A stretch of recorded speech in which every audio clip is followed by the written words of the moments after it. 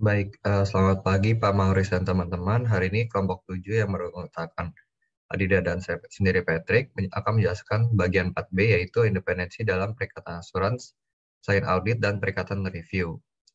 Nah, untuk sesinya itu di seksi 900 sampai 911. Di next. Nah, yang pertama itu adalah seksi 900. Ini menerangkan penerapan kerangka kerja konseptual untuk independensi dalam perikatan asuransi, selain perikatan audit dan perikatan review.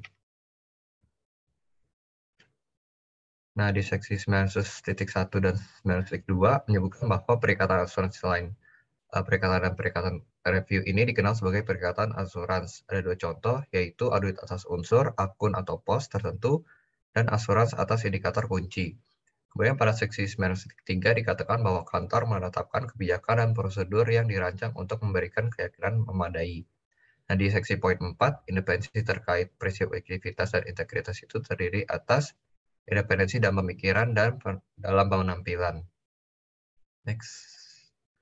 Nah, kemudian di poin 5 dikatakan ketika melakukan perikatan asuransi, berarti itu mengharuskan kantor untuk mematuhi prinsip dasar etika dan independen. Nah, yang di poin 6 menjelaskan bahwa fakta dan keadaan aktivitas, kepentingan dan hubungan profesional yang mungkin muncul ancaman terhadap independensi, lalu ada tindakan potensial seperti upaya pengamanan dan tidak terdapat pengamanan untuk menurunkan ancaman. Next. Kemudian pada uraian perikatan asuransi ini terdapat 5 seksi. Yang pertama 900.7 menyebutkan bahwa perikatan asuransi ini dirancang untuk meningkatkan level kepercayaan pengguna yang dituju tentang hasil evaluasi terhadap kriteria. Yang di poin 8 menjelaskan bahwa hasil evaluasi atau pengukuran perihal pokok merupakan informasi yang dihasilkan dari penerapan kriteria terhadap perihal pokok tersebut.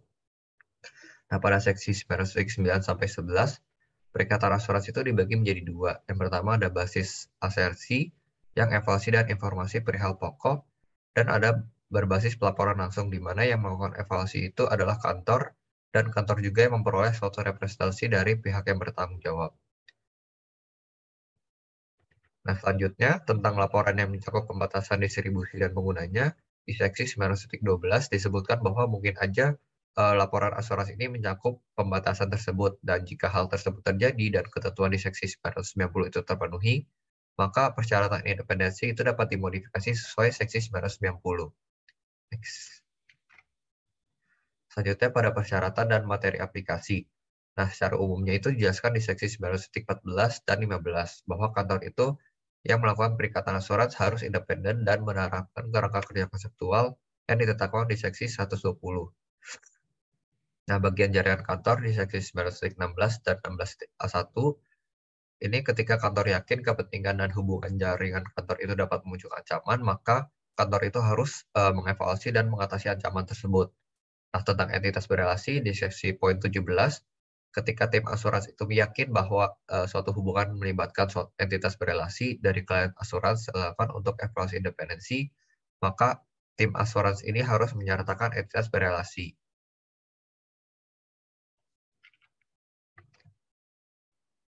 Nah, kemudian masuk ke jenis perikatan asuransi itu berbasis asersi itu ada 3 seksi.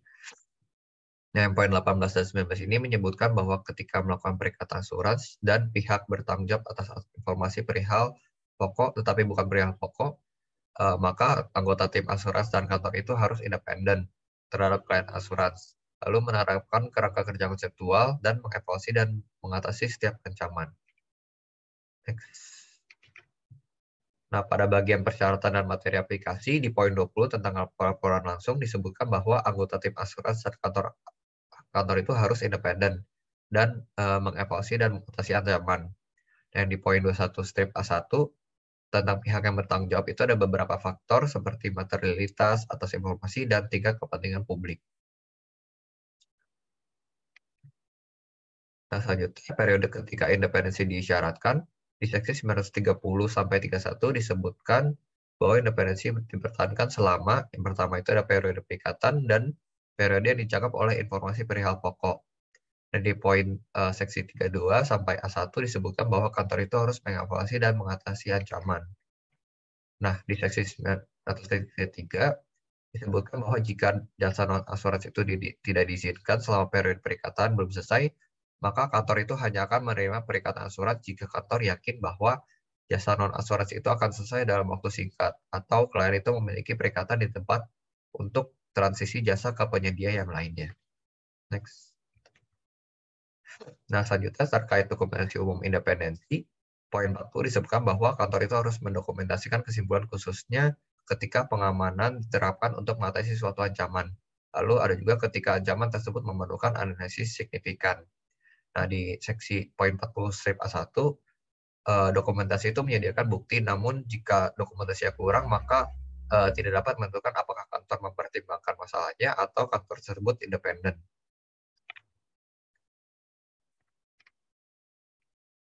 Nah, pada pelanggaran atas ketentuan independensi, saat kantor identifikasi pelanggaran, poin seksi 950, jika pelanggaran persyaratan terjadi, maka kantor itu harus menangguhkan kepentingan yang memunculkan pelanggaran, lalu mengevaluasi pelanggarannya dan menentukan apakah tindakan itu bisa mengurangi konsekuensi. Nah, yang di poin 51, jika kantor itu menentukan bahwa tindakan tidak dapat diambil untuk mengurangi konsekuensi, maka kantor itu harus sesegera mungkin menginformasikan kepada pihak yang melakukan perikatan dengan kantor. Next. Nah, di poin 52, jika tindakan tersebut diambil untuk mengurangi konsekuensi pelanggaran, maka kantor ini harus mendiskusikan pelanggaran dan tindakan atau mengusulkan untuk mengambil tindakan dengan pihak yang melakukan perikatan dengan kantor. Dan di poin 53, jika pihak yang melakukan perikatan atau yang bertanggung jawab atas tata kelola dengan kantor tidak menyetujui tindakan yang diusulkan, maka kantor harus mengambil langkah yang diperlukan untuk mengakhiri perikatan asuransi. Nah, bagian dokumentasi seksi 54, kantor itu harus mendokumentasikan 4 hal, yaitu pertama pelanggaran, tindakannya, keputusan kuncinya, dan semua hal yang didiskusikan dengan pihak yang melakukan perikatan. Kemudian jika melakukan perikatan asuransi, maka dokumentasinya itu adalah kesimpulan bahwa aktivitas tidak dikompromikan dan alasan tindakan memuaskan untuk mengatasi konsekuensi. Next. Selanjutnya yang kedua adalah seksi 905 mengenai imbalan. Next. Kita lanjut di bagian pendahuluannya, seksi 905.2 menjelaskan bahwa imbalan atau sejenis remunerasi dapat memunculkan ancaman kepentingan pribadi atau ancaman intimidasi. Next. Bagian persyaratan dan materi aplikasi tentang besaran relatif imbalan di seksi 905.3A1, ancaman kepentingan pribadi atau ancaman intimidasi muncul ketika total imbalan dari klien asuransi adalah sebagian besar dari total imbalan kantor. Untuk poin 3A2 menjelaskan faktor relevan untuk mengevaluasi ancaman tersebut, dan poin 3A3 menjelaskan contoh tindakan mengatasi ancaman tersebut. Next. Di seksi 905.3A4 menjelaskan bahwa ancaman kepentingan pribadi juga muncul saat imbalan yang dihasilkan kantor dari klien asuransi adalah sebagian besar pendapatan dari klien rekan individu. Next. Di bagian persyaratan dan materi aplikasi tentang imbalan yang telah lewat jatuh tempo, seksi 905.4A1 menjelaskan bahwa ancaman kepentingan pribadi dapat muncul jika sebagian besar imbalan dari klien asuransi belum dibayarkan sebelum penerbitan laporan asuransi periode selanjutnya. Next. Bagian persyaratan dan materi aplikasi tentang imbalan kontingen di seksi 905.6A1 menyebutkan bahwa imbalan kontingen adalah imbalan yang dihitung atas dasar penentuan dengan hasil transaksi atau hasil dari jasa yang dilakukan, tidak kontingen jika diatur oleh pengadilan atau otoritas publik lainnya. Next. Ini next saja. Kita lanjut di seksi 906 mengenai hadiah dan keramah-tamahan. Next. Bagian pendahuluan, seksi 906.2 menjelaskan bahwa menerima hadiah dan keramah-tamahan dari klien audit dapat mengakibatkan kepentingan pribadi, kepentingan kedekatan, atau intimidasi. Next.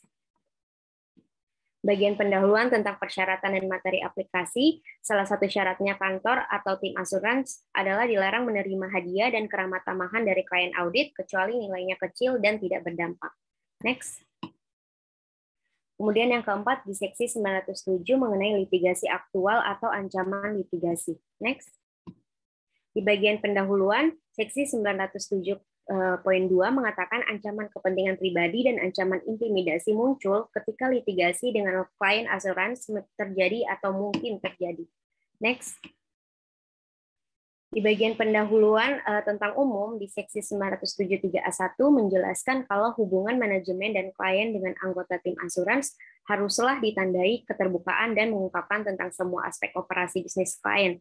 Jika tidak, maka akan memunculkan ancaman kepentingan pribadi dan intimidasi. Next. Selanjutnya, yang kelima adalah seksi 910 mengenai kepentingan keuangan. Next. Di bagian pendahuluan, seksi 910.2 menjelaskan kepentingan keuangan terhadap klien asuransi dapat berakibat ancaman kepentingan pribadi. Next. Bagian pendahuluan tentang umum 910.3A1 menyebutkan kepentingan keuangan ada yang bersifat secara langsung dan tidak langsung. Next. Di next saja. Next lagi. Next lagi. Next lagi. Nah, kalau ini bagian persyaratan dan materi aplikasi tentang kepentingan keuangan dalam keadaan lain, poin keluarga dekat. Di sini menjelaskan ancaman kepentingan pribadi tidak bisa hadir bila anggota tim asuransi mengetahui bahwa anggota keluarga dekat memiliki kepentingan keuangan secara langsung atau tidak langsung yang material terhadap klien asuransi. Dilanjuti faktor relevan evaluasi ancamannya serta contoh tindakannya. Next. Kalau ini poin individu lain ini seperti rekan dan karyawan profesional kantor, juga individu yang memiliki hubungan pribadi dekat dengan anggota tim asuransi. Next. Kemudian yang terakhir adalah seksi 911 mengenai pinjaman dan jaminan. Next. Di seksi 911.2 menjelaskan bahwa pinjaman atau jaminan pinjaman dengan klien asuransi mampu mengakibatkan ancaman kepentingan pribadi. Next. Ini next saja. Nah, kalau di sini, di mana kantor anggota tim asuransi atau keluarga inti individu ini tidak boleh menerima pinjaman atau jaminan pinjaman dari klien asuransi yang merupakan bank atau institusi serupa, kecuali telah diatur atau dibuat berdasarkan ketentuan tertentu. Nah, pinjaman ini termasuk kredit pemilikan properti, kredit mobil, kartu kredit. Next. Nah, kantor anggota tim asuransi atau individu keluarga inti juga tidak boleh punya rekening simpanan atau rekening pialang pada klien asuransi, kecuali dibuat berdasarkan ketentuan tertentu. Next. Next lagi. Sekian dari kelompok 7. Mohon maaf jika waktunya memang kurang mencukupi. Untuk penjelasannya, teman-teman bisa baca di KAI yang telah diberikan oleh dosen. Atas perhatiannya, diucapkan terima kasih. Baik, terima kasih Dinda dan Patrick ya tadi ya. Ya, lanjut kita ke kelompok 8. Silakan. Presentasi sekitar 12-13 menit.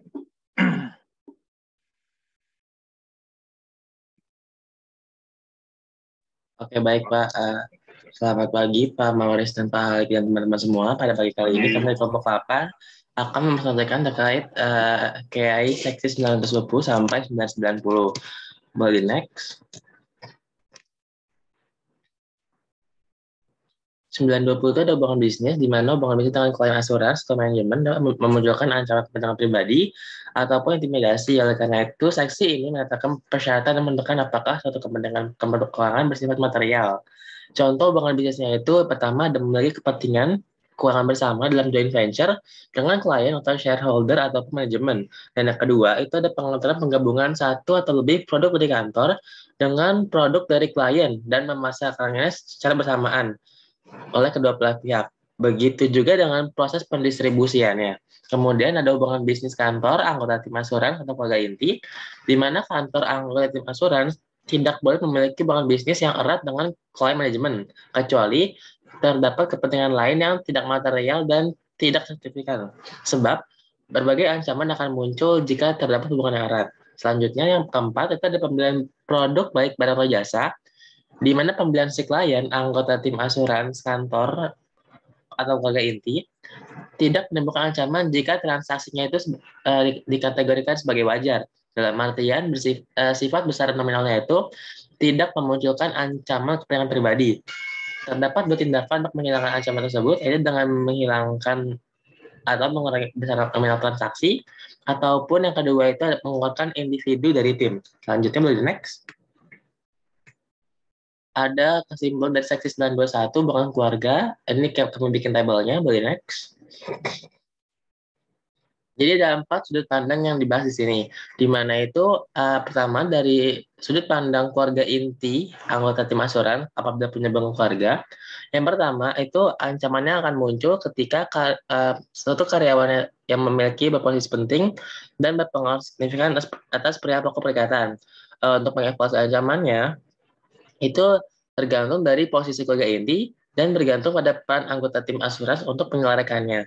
Selanjutnya, ini ancaman akan hilang apabila mengeluarkan individu dari tim asuransi. Hal ini berlaku untuk sudut pandang yang kedua dan ketiga. Kemudian untuk mengatasi ancamannya itu bisa menyusun tanggung jawab dari tim asuransi agar tidak berurusan dengan perihal keluarga inti. Nah, hal ini juga mempengaruhi di sudut pandang kedua dan ketiga serta keempat. Kemudian untuk yang sudut pandang keluarga inti tadi, itu dia ada perintah larangan khusus di spesifik di sini, di mana individu dilarang berpartisipasi sebagai anggota tim ketika ia selama periode dicakup berperan di posisi penting dan signifikan.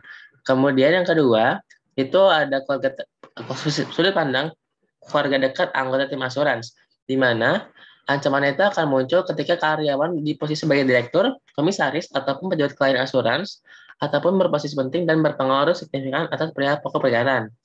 Untuk mengevaluasi ancamannya, itu bergantung pada sifat hubungan antara anggota tim dan keluarga dekat, serta peran anggotanya seperti sebelumnya. Kemudian yang ketiga itu ada hubungan dekat lainnya, di mana ancaman akan muncul ketika anggota tim asuransi harus berkonsultasi mengenai kebijakan dan prosedur kantor apabila memiliki hubungan dengan anggota tim asuransi lainnya.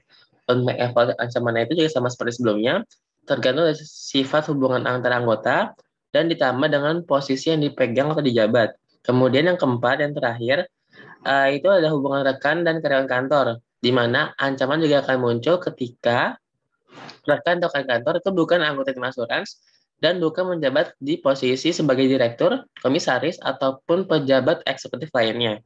Untuk mengevaluasi ancamannya itu bisa bergantung pada sifat hubungan ancaman tingkat interaksi sifat hubungan rekan dan ditambah dengan tingkat interaksi rekan dengan tim asuransi. Boleh next.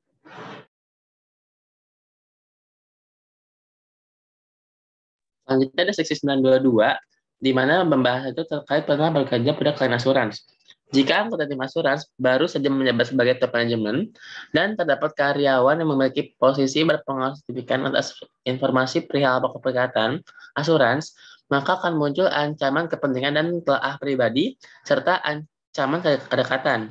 Misalnya keputusan yang dibuat seseorang di periode lalu saat dipekerjakan klien itu harus dievaluasi pada periode berjalan sebagai bagian perikatan asuransi.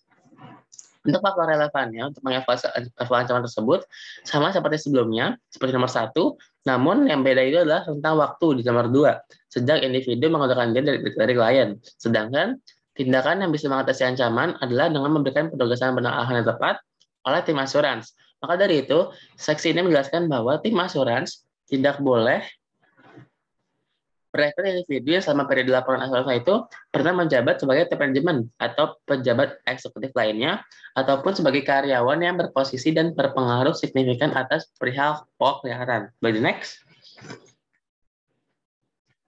Untuk seksi 623, itu ada rangkap jabatan, baik sebagai direktur, komisaris, atau pejabat eksekutif klien asuransi. Rangkap tersebut dapat memicu ancaman kepentingan dan telah pribadi.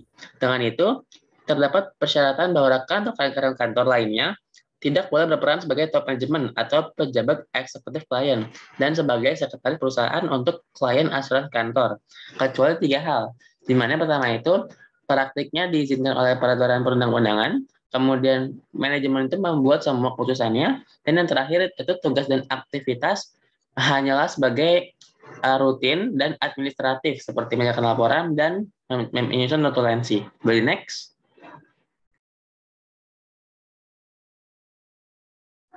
Selanjutnya itu adalah seksi 924 yang membahas tentang hubungan kerja dengan klien asuransi dapat menimbulkan ancaman kepentingan pribadi, kedekatan, atau intimidasi, yang menetapkan persyaratan dan materi aplikasi yang relevan untuk menerapkan soal kerja konseptual. Nah, di sini bisa dilihat kalau misalkan munculnya itu tuh muncul ancaman kedekatan dan intimidasinya itu tuh bisa antara klien asuransi atau tim asuransi dengan direktur, komisaris, pejabat eksekutif, dan klien asuransi. Atau juga bisa dengan mantan rekan atau tim anggota asuransi dengan direktur, komisaris, pejabat eksekutif, atau karyawannya. Nah, di sini ada faktor relevan untuk mengevaluasi level ancamannya itu. Yang pertama itu adalah posisi yang diambil oleh individu, lalu keterlibatan yang dimiliki oleh individu, lalu selanjutnya rentang waktu yang dimiliki, lalu selanjutnya posisi terdahulu dalam tim asuransi. Selanjutnya itu adalah pengamanan untuk mengatasi ancaman kedekatan atau ancaman intimidasi. Yang pertama itu adalah membuat pengaturan sedemikian rupa sehingga individu itu tidak berhak untuk tunjangan atau pembayaran apapun dari kantor, lalu membuat pengaturan sehingga jumlah terutang individu kepada kantor itu tidak material. Lalu selanjutnya, yang ketiga juga membuat pengaturan sedemikian rupa sehingga jumlah terutang individu kepada kantor itu tidak material. Lalu selanjutnya yang keempat itu memodifikasi rencana untuk perikatan asuransi.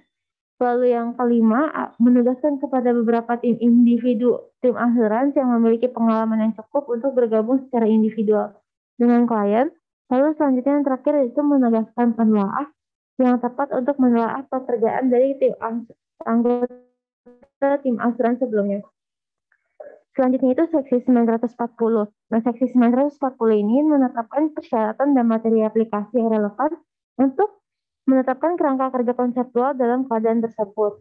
Nah, di sini itu membahas dan faktor relevannya itu untuk mengevaluasi ancamannya itu bisa dilihat dari sifat perikatan asuransinya, berapa lama seseorang menjadi tim asuransi, sejauh mana pekerjaan individu diarahkan, sejauh mana individu karena senioritas individu itu mempunyai kemampuan untuk mempengaruhi hasil dari perikatan asuransi.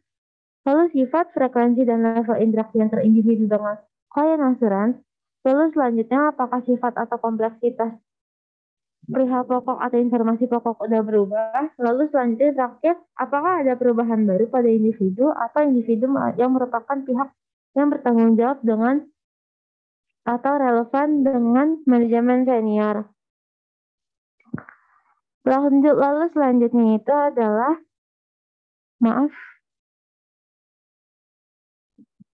Lalu selanjutnya itu di seksi 950 itu tuh membahas tentang penyediaan jasa non-asuransi kepada klien asuransi selain perikatan audit dan perikatan review. Nah, di sini kantor tuh disyaratkan untuk mematuhi prinsip dasar etika independen dan menerapkan kerangka kerja konseptual ditetapkan pada seksi 120 dalam mengidentifikasi, mengevaluasi, dan mengatasi ancaman terhadap independensi. Nah, di sini itu ada faktor relevan untuk mengevaluasi level ancamannya. Itu yang pertama ada sifat, ruang lingkup, dan tujuan jasa. Lalu selanjutnya ketergantungan atas keluaran jasa sebagai bagian dari perikatan asuransi.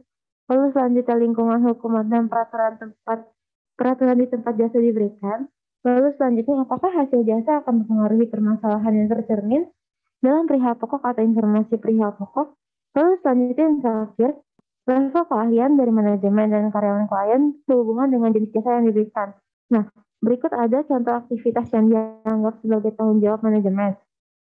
Nah, di sini ada menetapkan kebijakan yang arah strategis, mengarahkan dan mengambil tanggung jawab atas tindakan karyawan, otorisasi transaksi, mengendalikan atau mengelola rekening uang atau investasi, memutuskan rekomendasi kantor atau pihak ketiga lainnya yang akan diimplementasikan, melaporkan kepada pihak yang bertanggung jawab, dan mengambil alih tanggung jawab untuk merancang, mengimplementasikan, memantau, dan menjaga pengendalian internal. Lalu selanjutnya, pada seksi 990 itu membahas tentang pelaporan yang mencakup pembatasan distribusi dan penggunaannya. Nah, di sini kantor itu disyaratkan untuk mematuhi prinsip dasar etika, independen, dan menerapkan kerangka kerja konseptual yang ditetapkan di seksi 120. Nah, di sini pengguna laporan yang setuju dapat memperoleh pemahaman tentang tujuan informasi perihal pokok atau keterbatasan laporan dengan berpartisipasi, baik secara langsung ataupun tidak langsung, melalui perwakilan yang memiliki kewenangan bertindak untuk pengguna yang dituju dalam menentukan sifat dan ruang lingkup perikatan. Sekian presentasi dari kelompok kami. Terima kasih. Ya, terima kasih Feni. Sekarang kita bahas kasus ya. Silakan kelompok 9, 5 menit presentasi. Apakah sudah terlihat? Ya, sudah. Selamat pagi teman-teman dan Pak Mauris serta Pak Halix. Pagi ini saya akan mempresentasikan tentang American Insurance Group. Nah, jadi American International Group ini merupakan perusahaan internasional yang bergerak dalam bidang asuransi dan finance yang bermarkas di New York. Perusahaan ini merupakan salah satu perusahaan terbesar yang ada dan telah melakukan ekspansi operasi bisnisnya di berbagai negara seperti Amerika Latin, Cina, Asia Tenggara, Filipina, dan Malaysia. Nah, AIG sendiri merupakan perusahaan tuh dengan nilai aset yang sangat besar dengan nilai sekitar 1 triliun. Sayangnya, AIG ini beberapa kali terkena kasus kecurangan akuntansi sehingga menyebabkan kerugian yang mencapai 60 miliar dan penurunan nilai saham. Nah, untuk menyelamatkan situasi AIG ini, dia itu bekerja sama dengan GRC dalam menciptakan 2 transaksi palsu sebesar $250 juta untuk meningkatkan pendapatan AIG dan menutupi kerugian yang terjadi dalam laporan keuangan. Nah, ini beberapa skandalnya. Pada tahun 2003 ini, AIG itu kasus pertama kali di mana SEC, yaitu Security Exchange and Commission itu menuntut AIG karena telah menjual asuransi palsu, sehingga telah melaporkan informasi keuangan yang salah dan menyesatkan publik. Dan karena hal ini AIG itu didenda sekitar 10 juta dolar. Nah, kemudian pada tahun 2004, SEC itu kembali menuntut si AIG untuk penipuan sekuritas dalam mengembangkan, memasarkan, dan bertransaksi yang memungkinkan perusahaan publik lain menghapuskan pinjaman dengan kinerja buruk dari neracanya, sehingga si AIG ini didenda sekitar 126 juta dolar. Nah, kemudian pada tahun 2005, lagi-lagi SEC itu menuntut AIG karena dugaan penipuan. Nah, di sini AIG itu diharuskan untuk mempresentasikan dan memberikan laporan keuangannya selama 5 tahun terakhir untuk sebagai bukti. Berikut adalah pihak yang terlibat dalam American Insurance Group, yang dimana dari Maurice R. Greenberg ini adalah sebagai CEO AIG selama 4 dekade.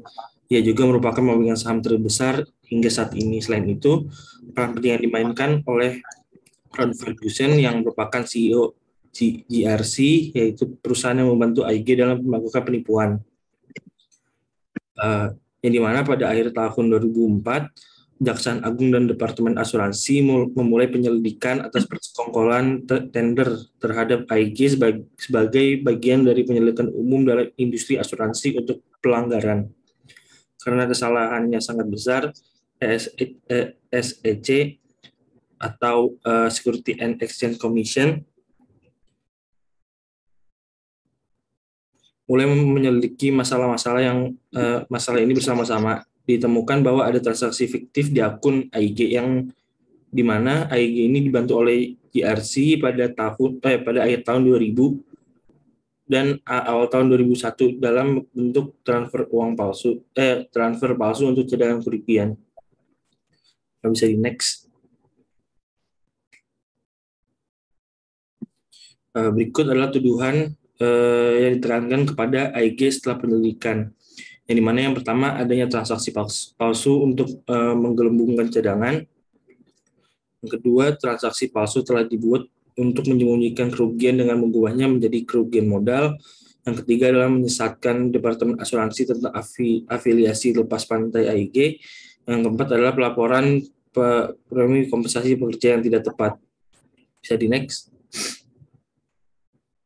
Nah, ini mohon maaf, ini bukan tuduhan yang ditekankan, tetapi lebih ke hal yang terjadi di lapangan, yaitu yang pertama ada AIG dibantu oleh JRC pada yang tadi saya bilang pada akhir tahun 2000 dan awal tahun 2001 dalam bentuk transfer palsu.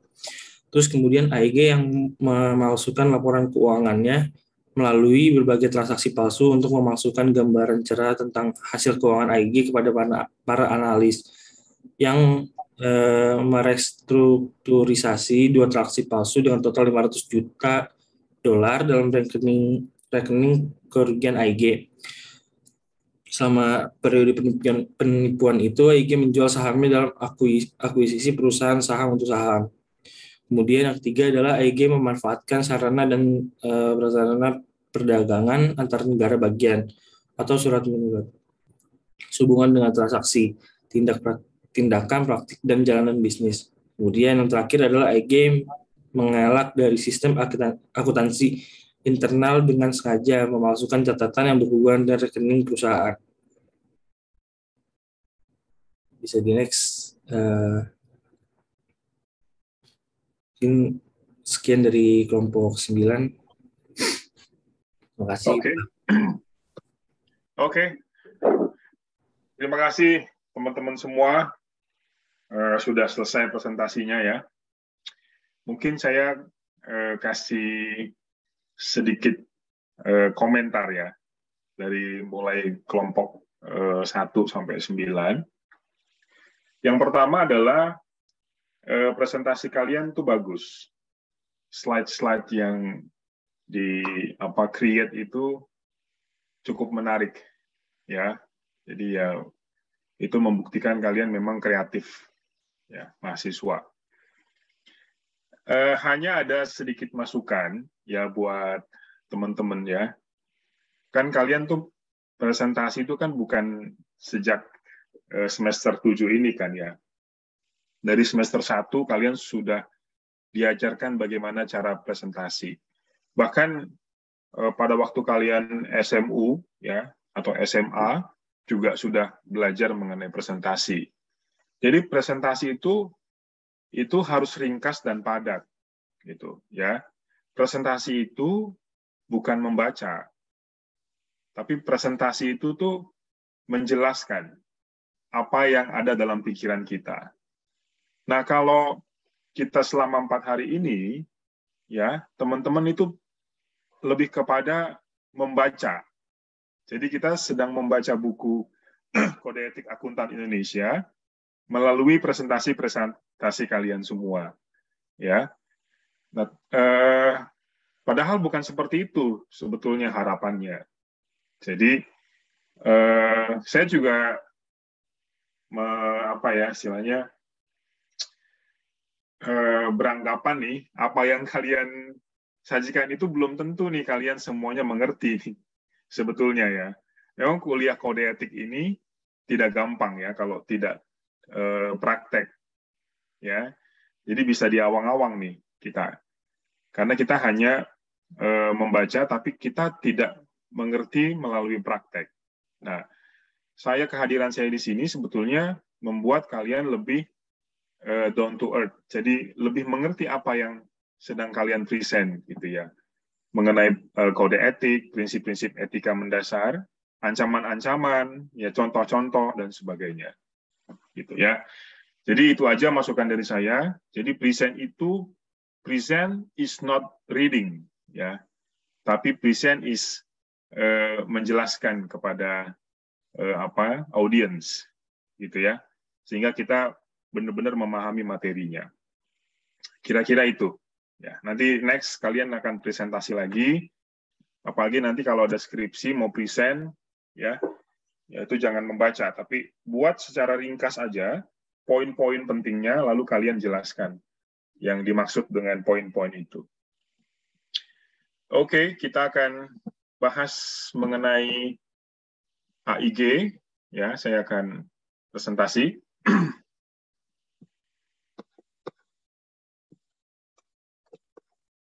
Sudah terlihat ya, teman-teman ya? Sudah ya? Sudah, Pak. Oke, thank you, Alvin. Oke.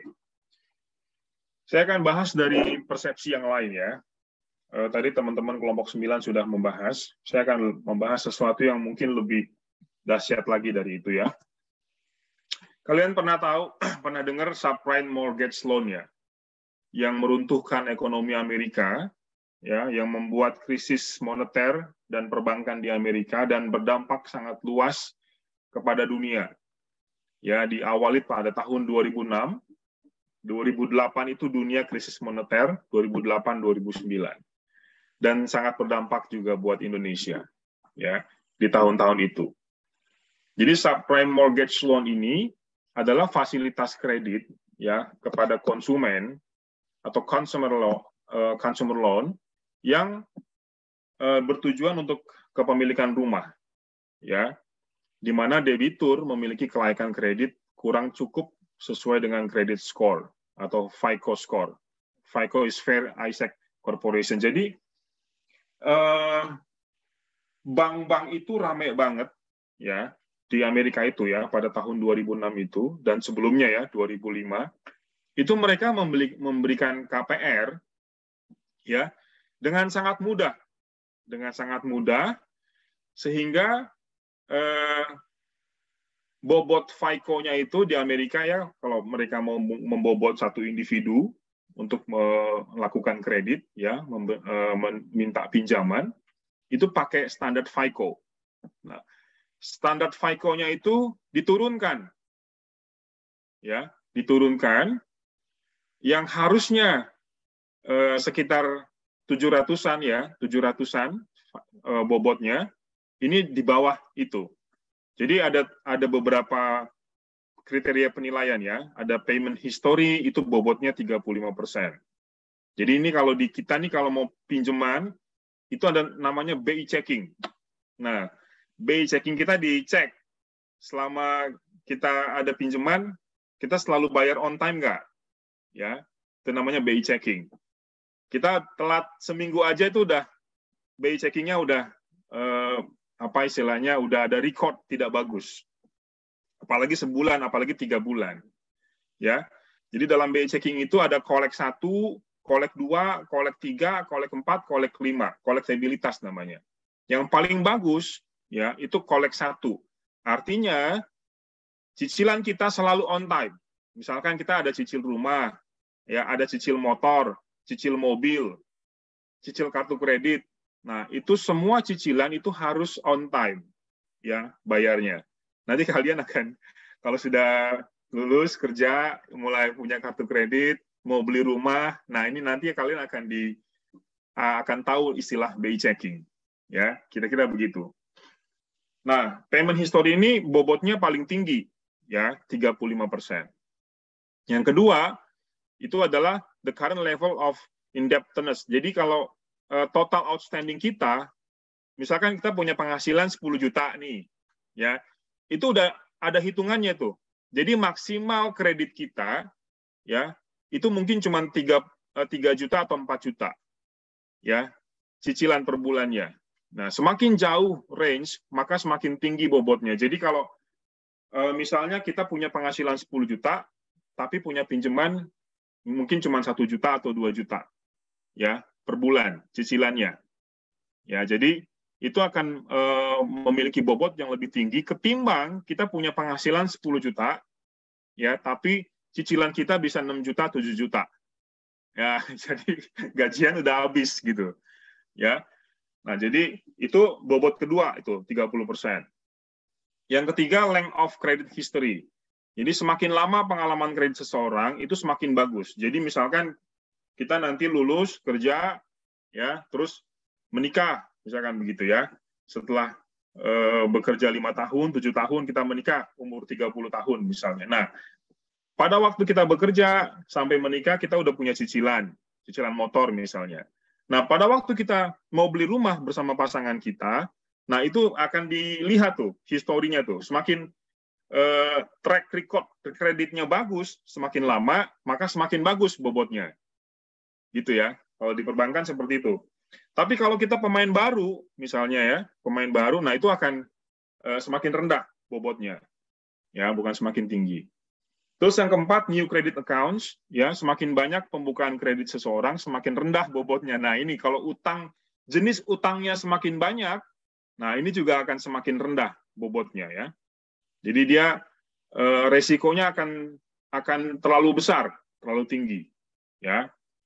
Yang kelima, types of credit use, risiko kredit seseorang lebih rendah jika jenis kreditnya mix, ya. Nah, bobotnya ini, ya, bentar ya.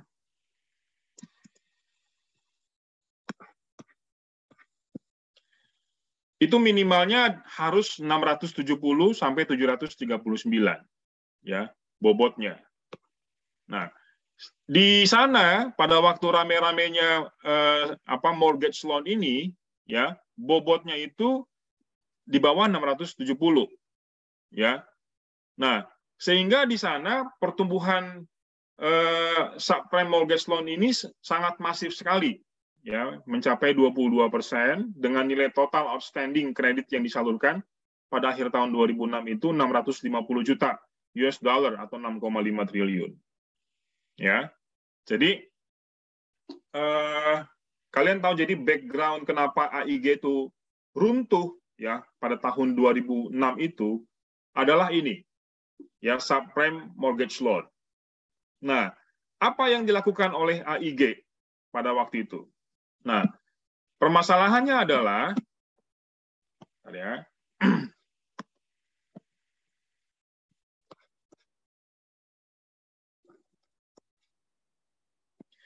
AIG itu ini mirip dengan yang kemarin tuh. Yang kemarin kita ceritain mengenai Jiwasraya. Ya. Jadi AIG itu menempatkan investasinya, portofolio dana kelolaannya, ya, itu pada obligasi yang diterbitkan oleh bank-bank besar di Amerika Serikat, di mana obligasi tersebut dijaminkan secara collateralized debt obligation. Jadi CDO ini adalah satu mix kolateral, ya, yang dilakukan oleh bank, ya, untuk individual loan. Jadi misalkan kita punya cicilan kartu kredit, punya cicilan KPR, punya cicilan KKB. Itu dijaminkan semua, ya. Pada waktu bank menerbitkan obligasi, bank-bank besar tadi, ya, bank-bank besar tadi menerbitkan obligasi, jaminannya adalah ini, ya, CDO ini. Ngerti ya? Nah, padahal ya, kita baca ya. SML itu kan tadi kan ingat, dia di bawah standarnya FICO score, ya. Jadi notabene kredit ini diambil oleh orang atau individu yang sebetulnya kredit ratingnya rendah, gitu. Kenapa begitu? Kenapa orang pada mau? Karena kesempatan. Jadi orang yang belum punya rumah, belum punya mobil, ya itu pengen punya rumah. Bahkan ya ada yang tidak membeli rumah buat kebutuhannya, tapi diinvestasikan lagi. Terus dia beli rumah, dia jual. Beli rumah, dia jual. Dapat gain, capital gain. Beli rumah, dia terus begitu. Akhirnya terjadilah bubble. Ya, jadi ada bubble di dalam industri atau sektor properti di Amerika. Jadi SML tumbuh pesat. Ya, ini karena terlalu banyak investor di sana. Ya, karena banyak debitur membeli rumah hanya untuk investasi. Sehingga harga rumah sudah terlalu naik tinggi. Udah nggak logis. Dan ini juga hampir aja terjadi di Indonesia. Ya, pada tahun sekitar 2017-an ya, 2016, 17, 18. Kita hampir terjadi bubble.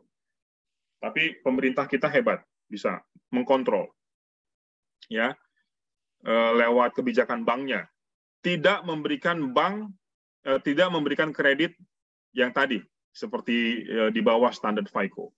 Nah, sehingga harga rumah terlalu naik, tinggi dan berhenti pada puncaknya. Nah, parahnya lagi, pembelian rumah, nah ini ya, pembelian rumah bukan dilakukan dengan cash, tetapi melalui kartu kredit. Nah, jadi ini udah seperti dibuat sistem ya oleh bank-bank besar. Beli rumah boleh gesek kartu kredit, ya, boleh ngutang. Habis itu dia jual lagi, ya dapat untung besar, dia beli rumah lagi, dia gesek lagi kartu kredit, ya. Nah, jadi KPR melambung tinggi, kartu kredit melambung tinggi, akhirnya terjadi bubble, bukan hanya di SML, tetapi juga di pinjaman kartu kredit. Jadi dua-duanya bubble, ya. KPR-nya bubble, ya, kartu kredit juga bubble. Nah, di saat permintaan akan rumah menurun, nah ini dia. Kalau properti itu sudah mencapai puncaknya atau sunrise ya, udah mencapai titik yang paling tinggi perkembangannya atau pertumbuhannya, maka dia udah mulai harus turun. Ya, siklusnya begitu tuh. Dia nggak akan bisa naik lagi, nggak akan bisa. Dia harus turun. Nah, di saat permintaan mulai turun, maka tadi para debitur itu mulai kesulitan membayar utang. Ya, udah mulai kesulitan membayar utang KPR dan kartu kreditnya. Nah, terjadilah ya pada akhir 2007 terjadilah krisis moneter dan perbankan di Amerika Serikat yang disebabkan oleh subprime mortgage loan ini. Ya, hal ini sangat berdampak pada investasi di AIG. Karena kan tadi AIG banyak menginvestasikan di bank-bank itu melalui penerbitan obligasi bank itu. Ya. Sehingga aset bersihnya AIG turun secara drastis ya, karena harus mencadangkan kerugian itu sampai 25 miliar US dollar, bayangkan. 250 triliun. Nah, pada tahun 2008, AIG dinyatakan bangkrut. Ya. Jadi penyebabnya adalah ini. Jadi ini mirip dengan kasus yang kemarin, Jiwasraya. Membeli saham-saham gorengan. Kalau ini dia membeli obligasi yang dijaminkan dengan CDO. Yang faktor fundamentalnya tadi nggak kuat. Ya, dengan subprime mortgage loan tadi. Ya. Nah, jadi AIG banyak melibatkan pelaku pasar seperti manajer investasi, reksadana, dana pensiun. Nah, ini yang perlu dipikirkan oleh pemerintah Amerika pada waktu mereka mau bail out, mau nolong, mau subsidi ya bail out, menanggung kebangkrutan AIG, karena AIG akan sangat berdampak kepada banyak sekali institusi dan lembaga ya investasi. Ya, terjadi efek domino yang sangat besar. Tadi kan AIG kan perusahaan paling besar tuh, ya di Amerika. Ini bisa menghancurkan Amerika Serikat, ekonomi Amerika Serikat secara sistematis, yang dapat menimbulkan rush. Nah, kalau sudah mulai terjadi rush, ya, jadi kalau AIG tidak ditolong, ya, maka akan terjadi rush. Ya, nasabah-nasabah itu akan menarik dananya di asuransi tersebut, bahkan bukan hanya di asuransi, tapi juga di bank-bank besar. Ya, akan terjadi rush. Ini ingat ya, kasusnya Bank Senturi yang pemerintah Indonesia bail out 6,5 triliun. Nah, mirip-mirip seperti ini. Ya, pemerintah tidak mau rush, nasabahnya rush, maka pemerintah bail out Bank Senturi 6,5 triliun. Nah, ini lebih sadis lagi, ya. Jadi menghindari rush, perekonomian AS hancur, maka bisa berdampak ke dunia yang akan mengalami krisis. Walaupun pada kenyataannya 2008-2009 memang sudah terjadi krisis ya dari subprime mortgage loan ini. Akhirnya AIG diberikan bailout dari BI-nya Amerika, ya, Federal Reserve, dengan dana sekitar 180 miliar dolar atau 2.147 triliun, bayangin. Ya, itu APBN kita tuh. Ya. Jadi itu permasalahan yang membuat AIG itu bangkrut. Ya, kira-kira seperti itu. Jadi apa yang kita pelajari dari sini? Ya, lagi-lagi ini adalah sistem pengelolaan investasi ya di asuransi itu harus benar-benar dikelola dengan mental, dengan orang-orang yang bermental baik, bukan orang-orang yang hanya ingin mencari keuntungan, ya. Tapi ini sudah terjadi dan ini menjadi kasus yang paling besar pada waktu itu, ya. Oke. Kira-kira itu yang saya bisa tambahkan dari AIG, ya.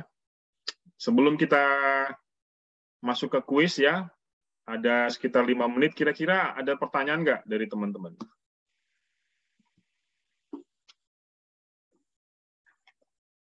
Kuisnya 5 soal. Adinda, silakan Adinda. Oke, terima kasih Pak Maurens. Saya mau tanya, sebenarnya belum memahami juga sih sebenarnya. Tadi kan Bapak bilang kalau standar FICO itu diturunkan. Nah, sebenarnya kan kalau kebijakan gitu tidak mudah ya Pak untuk diotak-atik, terus banyak yang ngawasin juga, terus banyak prosedur yang diperhatikan seperti itu. Sebenarnya saya pengen tahu alasan kenapa tadi standar FICO itu diturunkan, kenapa gitu. Terus bukankah mereka juga harus memprediksi resiko terburuknya gitu kalau misalnya standar atau kebijakan diubah-ubah? Maksudnya pertanyaan saya alasannya itu sih Pak. Iya, bagus banget Dinda pertanyaannya. Jadi memang ini yang tadi saya bilang, kesalahan sistematis, kesalahan yang mendasar. Jadi dari sistem perbankan Amerika yang pada waktu itu Federal Reserve-nya itu tidak mengkontrol atau tidak melarang.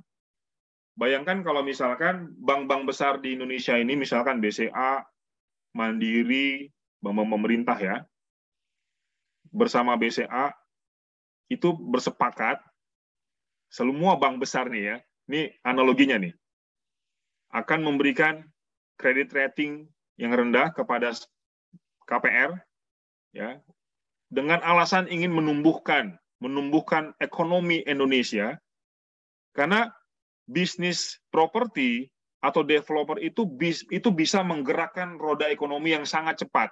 Nah, ini yang harus kita pahami, ya. Karena pembangunan perumahan, ya, dan apartemen tempat tinggal itu bisa menggerakkan ekonomi sangat cepat sekali. Nah, coba kita bayangkan tadi bank-bank besar tadi bersama BCA aja, ya, itu bersepakat, lalu BI atau Federal Reserve-nya Amerika itu menyetujui kebijakan itu. Terjadi pasti, ya. Jadi kesalahannya adalah sebetulnya di Federal Reserve, ya, tidak mengkontrol banknya, ya. Dalam hal ini BI tidak mengkontrol bank-bank besar tadi, ya, ketika menurunkan kredit ratingnya. Untungnya, nah ini untungnya Indonesia nggak seperti itu. Jadi 2017-18 pada waktu properti Indonesia bubble, ya, itu justru bank-bank itu sangat ketat sekali. Ya, sangat ketat untuk tidak memberikan kredit yang gampang, ya, untuk konsumen. Kira-kira gitu, Dinda. Jadi kesalahan sistem ini, dan ini sudah diakui oleh Amerika, ya, buruknya sistem keuangan dan perbankan di Amerika pada waktu itu. Baik Pak, terima kasih. Ya, Dinda, sama-sama. Ada lagi?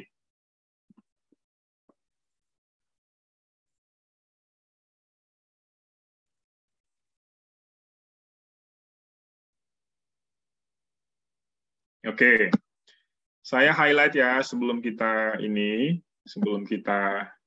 kuis ya. Ya.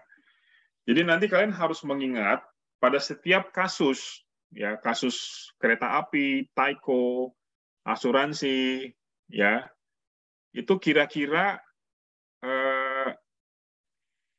kode etik atau etika apa yang dilanggar, ya, prinsip etika apa yang dilanggar, terus ancaman-ancamannya apa yang ada di situ, ya.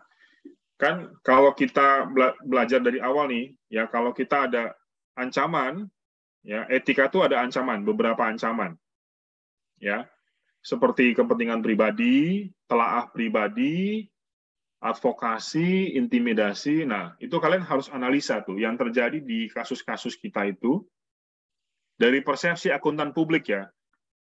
Jadi jangan dari persepsi manajemennya gitu. Jadi setiap ada pertanyaan itu persepsinya adalah kode etik yang berlaku untuk akuntan publik dan akuntan. Ya, bukan dari persepsi manajemen. Kira-kira gitu ya. Nah, prinsip etika apa yang dilanggar? Terus apa cara manipulasi laporan keuangannya seperti apa? Nah, itu juga kalian coba inget-inget deh, ya.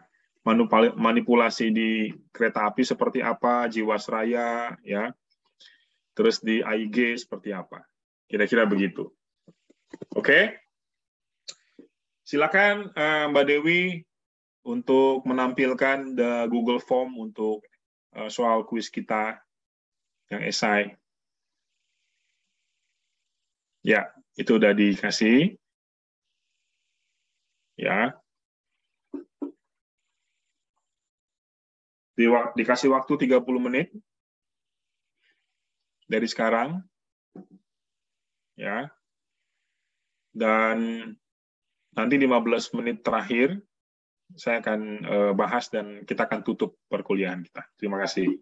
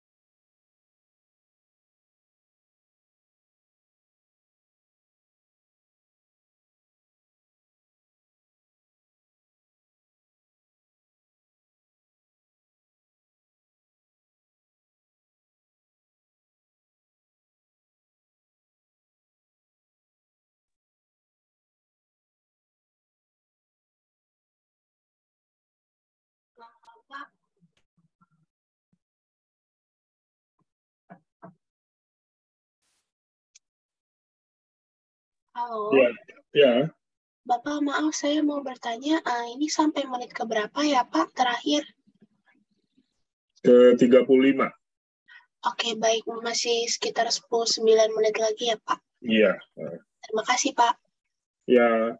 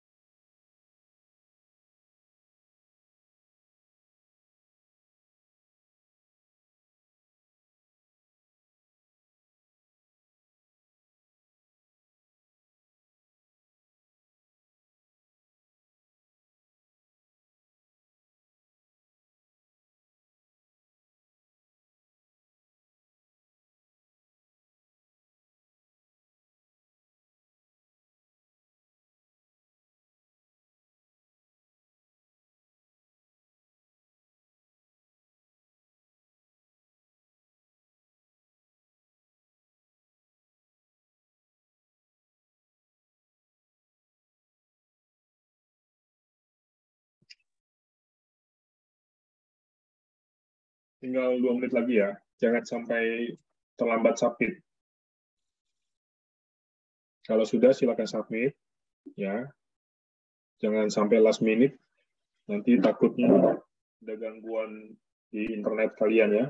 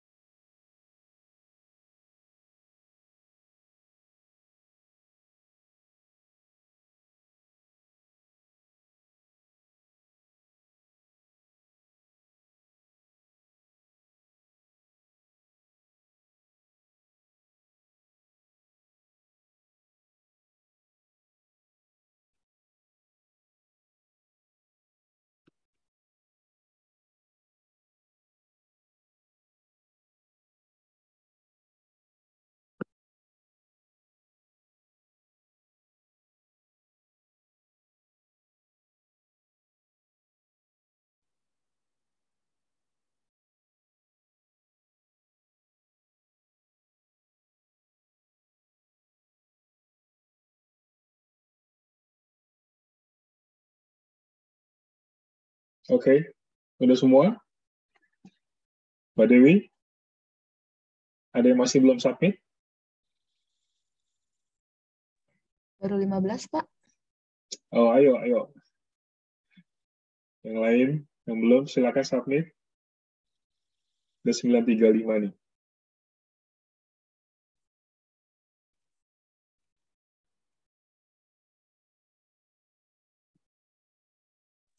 Sudah semua, Pak. Oke, terima kasih.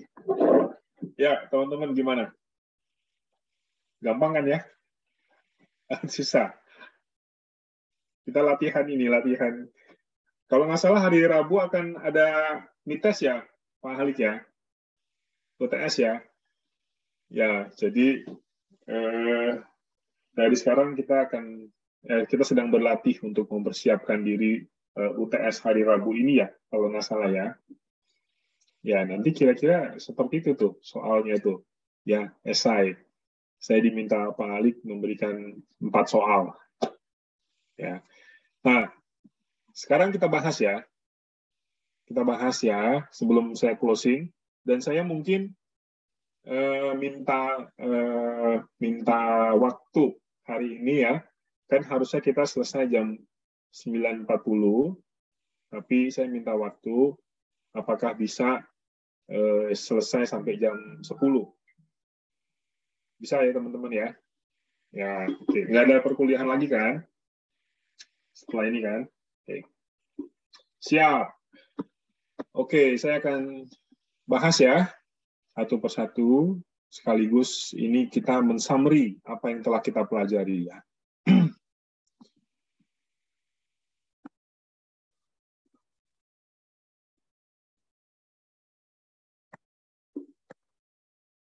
Sudah kelihatan?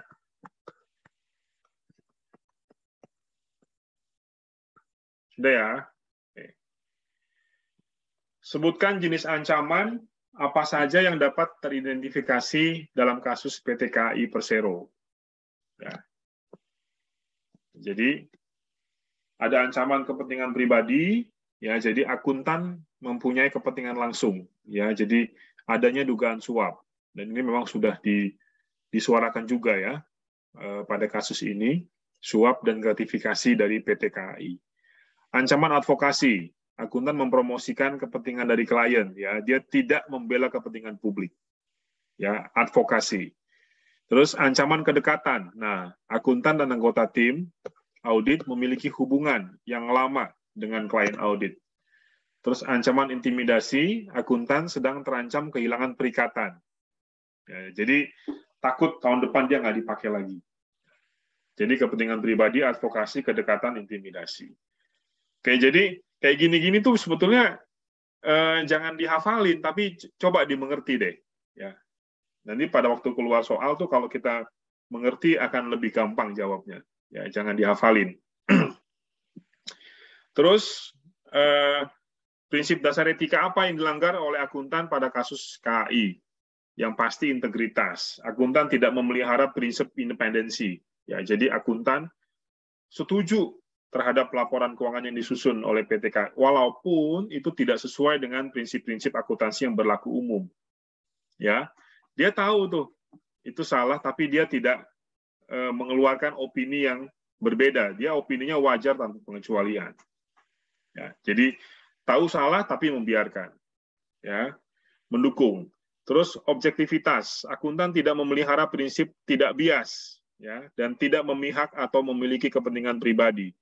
Yang tadi ya, tidak objektif dia. Diduga akuntan memiliki financial benefit dari PT KAI.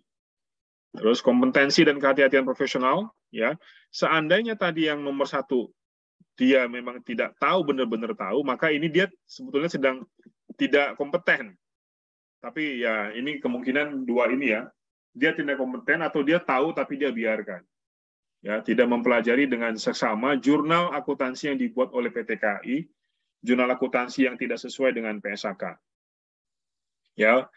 Terus perilaku profesional, akuntan tidak berperilaku profesional untuk kepentingan publik. Jadi profesional itu sangat erat kaitannya dia membela kepentingan publik, ya, bukan kepentingan kelompok atau golongan. Dalam hal ini pejabat PT KAI. Nomor 3, sebutkan prinsip dasar etika yang paling mendasar dialami oleh akuntan publik dalam kasus Taiko. Ya ini jawabannya, kompetensi dan kehati-hatian profesional. Jadi akuntan publik tidak mampu menemukan kejanggalan akuntansi. Ada minimal 2. Yang pertama, penjualan saham Taiko di publik tidak melalui persetujuan para pemegang saham. Ya, udah tahu ya kemarinnya ceritanya ya. Jadi pemegang saham Taiko itu dikontrol oleh orang yang sama dengan yang kontrol Taiko. Jadi dia bermain di belakang off balance sheet, ada jual beli saham ya di publik ya melalui holding, lalu dari holding uangnya diambil, ditarik kembali ya oleh si directors orang CEO dalam bentuk pinjaman atau dalam bentuk bonus ya di ininya di holdingnya. Lalu yang kedua ada pinjaman directors di Taiko-nya, kalau ini di Taiko-nya, tapi nggak dicatat sebagai account receivable, tapi dicatat sebagai beban, jadi dia gone, hilang ya dari neraca. Nah 2 ini nggak ditemukan oleh si auditor, jadi dia melanggar prinsip kompetensi dan kehati-hatian profesional. Ya, oke. Nomor 4, bagaimana manajemen PT Asuransi Jiwasraya melakukan manipulasi laporan keuangan? Ya, udah tahu ya. Jadi Jiwasraya tidak menempatkan dana sesuai kebijakan panduan investasi. Ya, Jiwasraya banyak menempatkan dananya pada saham-saham kelas bawah atau saham gorengan. Nah, jadi pada waktu saham gorengannya, ini beberapa yang saya sebutkan ini, turun secara signifikan, maka manajemen mulai mikir nih, waduh, gimana nih caranya nutupin kerugian? Terbitinlah dia CS Saving Plan yang bunganya lebih tinggi. Banyak dong yang tertarik. Ya. Nah, semakin banyak, semakin berat dia bayar bunganya. Ya kan? Nah, karena investasinya tadi rugi, akhirnya dia gagal bayar ya terhadap klaim JS Saving Plan-nya. Ya, karena gagal bayar, maka Jiwasraya akhirnya rugi dan akhirnya mau kolaps. Ya, tapi dibantu sama pemerintah juga akhirnya, ujung-ujungnya ya. Oke. Jadi seperti ini ya kasusnya. Terus yang terakhir, kesalahan apa yang dilakukan oleh manajemen AIG sehingga mengalami kebangkrutan? Sama nih. Jadi AIG menempatkan investasinya pada obligasi yang diterbitkan oleh bank-bank besar di Amerika dengan jaminan CDO yang tadi saya sebutin tuh. Jaminannya adalah pinjaman-pinjaman KPR, kartu kredit, individual loan, ya, yang lagi rame-ramenya pada waktu itu jadi jaminan obligasi, ya. Nah, jaminannya gagal, ya, banyak debitur nggak bisa bayar, banknya juga susah, akhirnya banknya nggak bisa bayar obligasinya, jadi rating obligasinya si bank-bank ini turun, ya, seiring dengan turunnya rating obligasi, maka investasi AIG di obligasi tersebut juga mengalami kerugian, ya, yang dicatat sebesar 25 miliar atau 250 triliun pada waktu itu, ya, sehingga ini bukan 250 triliun kali ya, 2.500 triliun. Nah, sehingga di bailout, benar ya, 250 triliun ya, di bailout oleh Bank Federal Reserve 180 miliar atau 2.147 triliun. Ya, kira-kira begitu, teman-teman. Ada yang benar semua jawabannya? Ada? Ya. Ya, nanti kita lihat ya. Oke. Baik, teman-teman, saya akan tutup ya. Saya akan present lagi. Bentar.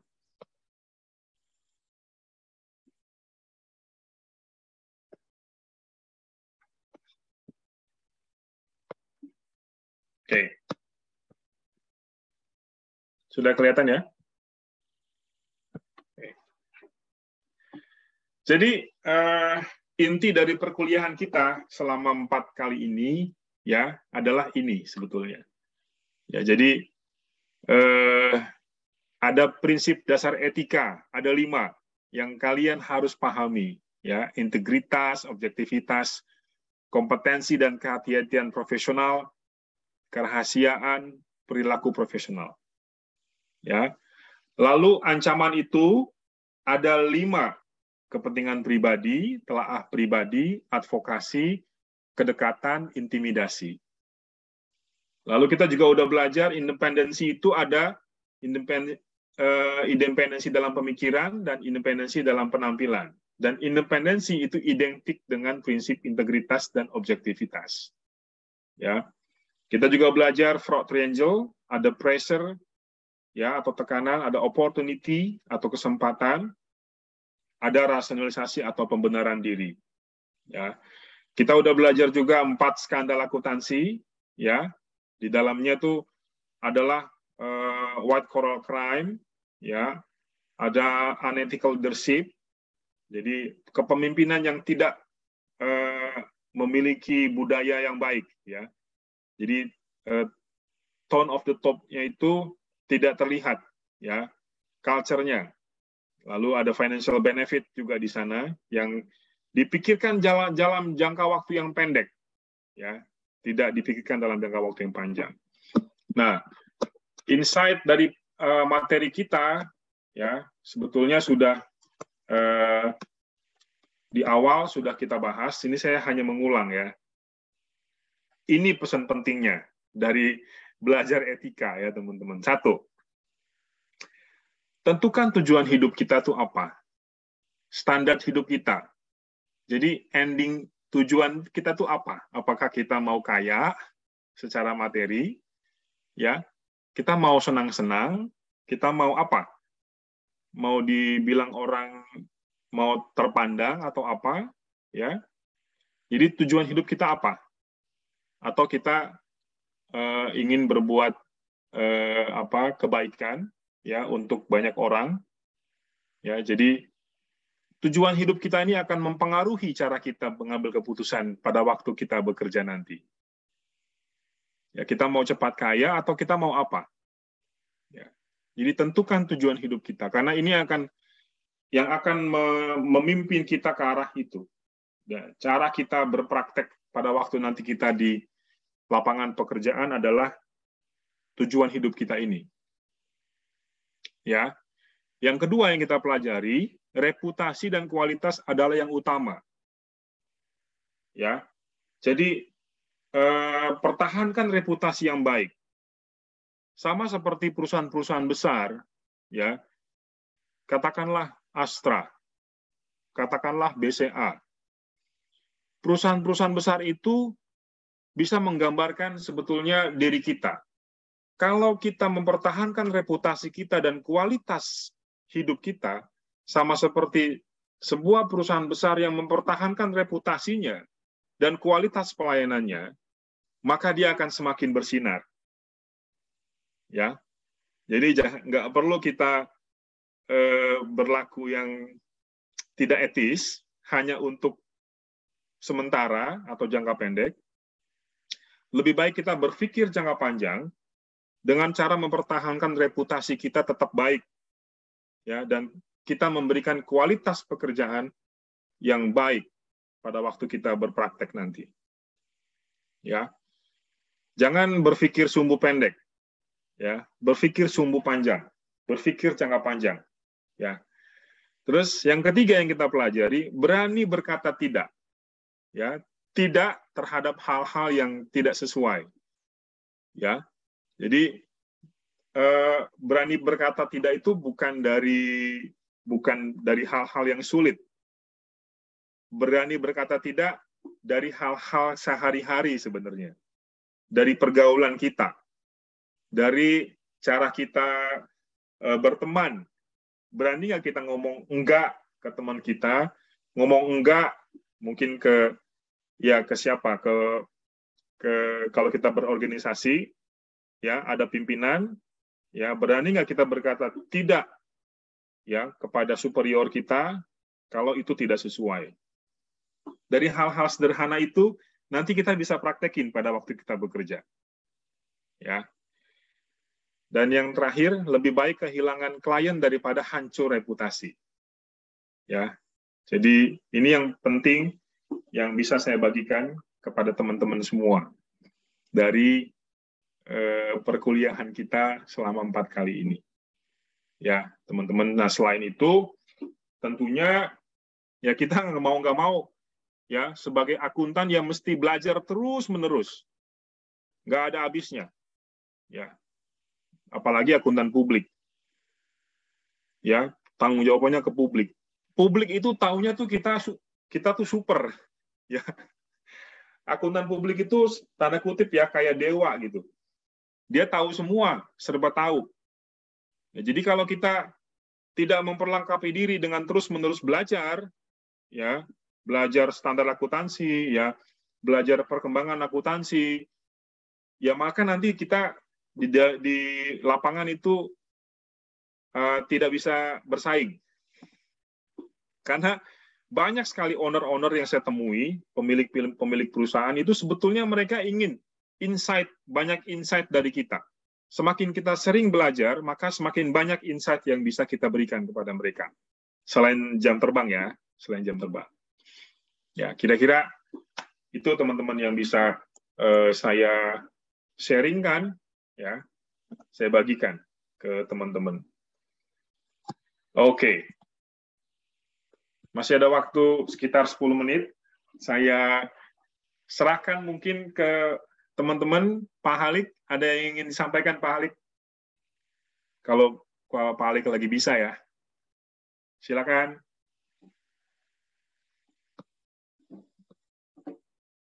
Ada teman-teman yang masih ingin menyampaikan pendapat atau ingin bertanya, silakan, masih ada waktu.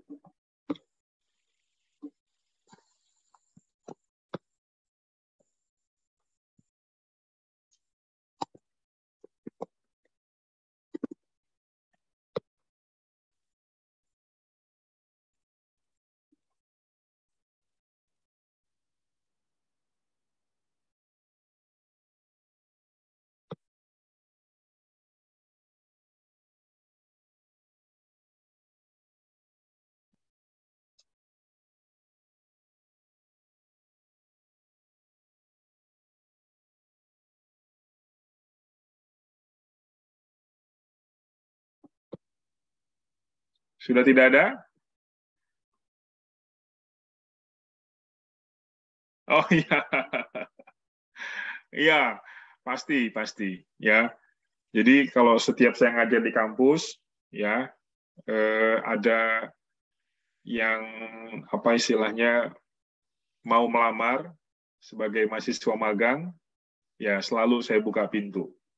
Ya, nanti juga saya akan umumkan mahasiswa yang menurut saya the best-nya, yang the best dari kelas ini selama 4 kali, ya saya akan juga berikan kesempatan. Kalau magang itu kan biasanya dites dulu tuh di MGN. Nah, yang the best-nya itu saya berikan kesempatan magang tanpa tes.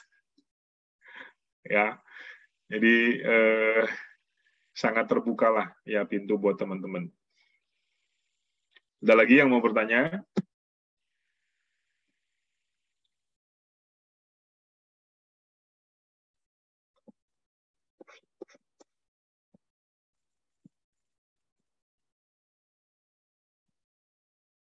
Oke, teman-teman. Nggak ada ya? Kalau tidak ada pertanyaan, saya sudahi ya perkuliahan praktisi mengajar ini. Saya mohon maaf yang sebesar-besarnya kalau dalam 4 kali pertemuan ini ada kata-kata atau ucapan saya yang salah atau menyinggung perasaan teman-teman. Ya, saya juga berterima kasih banyak kepada PPM, dalam hal ini Pak Halik, yang telah memberikan kesempatan kepada saya untuk kembali mengajar. Ya, dulu kita pernah ngajar Pak di Perbanas, ya sekarang kita bertemu kembali ya, kita mengajar di PPM. Terima kasih sekali lagi kepada PPM yang telah memberikan kesempatan kepada saya ini. Ya, kira-kira itu yang bisa saya sampaikan. Saya kembalikan ke Pak Halik atau Mbak Dewi untuk menutup perkuliahan ini. Saya persilakan.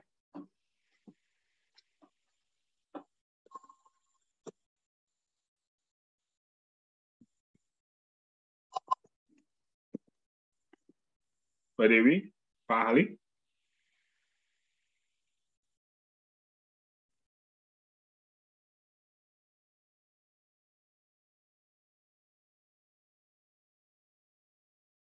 Nggak ada.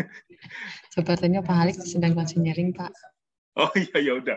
Jadi ini udah boleh ditutup. Kita foto dulu ya. Bentar, sorry. Kita foto ya. Baik, Pak. Mbak Dewi nggak mau buka video. Itu ada, itu dia Mbak Dewi. Oke. Kita foto ya. 1, 2, 3. Sekali lagi ya. Kasih jempolnya. 1, 2, 3. Oke, teman-teman. Terima kasih. Sampai bertemu kembali. Terima kasih, Pak Mauri. Ya, God bless. Terima Terima kasih, Bapak. Selamat pagi. Ya, selamat pagi. Terima kasih, Pak. Ya, terima kasih sama-sama.